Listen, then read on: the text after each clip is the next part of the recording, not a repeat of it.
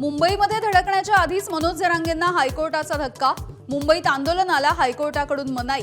नवी मुंबई किंवा खारघरमध्ये परवानगी देण्यासाठी सरकारला मुभा.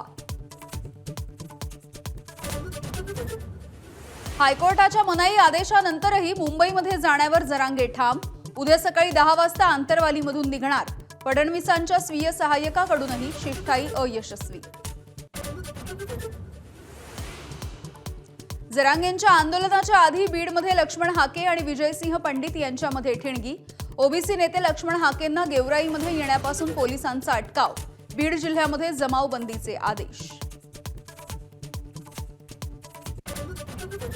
भंडाऱ्यात भाजप आणि शिवसेनेतल्या संघर्षाचा फटका संजय सावकारेंना. पंकज भोयर यांच्याकडे पालकमंत्रीपद, सावकारांना बुलढाण्याच्या सहपालकमंत्रीपदाची जबाबदारी.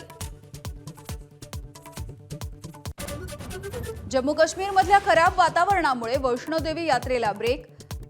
भूस्खलनामुळे 5 भाविकांचा मृत्यू तर अनेक जण जखमी. बचाव कार्यासाठी प्रयत्नांची पराकाष्ठा.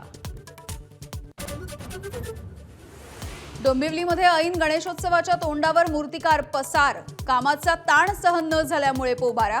मूर्तिकाराच्या विरोधात गुन्हा दाखल.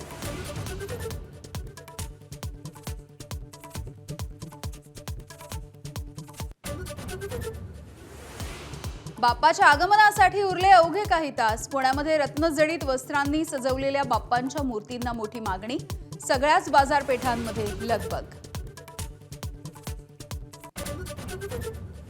भारतावर उद्यापासून अमेरिकेचा 50% कर बॉम्ब. कितीही दबाव आला तरी भारत आपल्या भूमिकेच्या संदर्भात ठाम. पंतप्रधान मोदींनी ठणकावलं.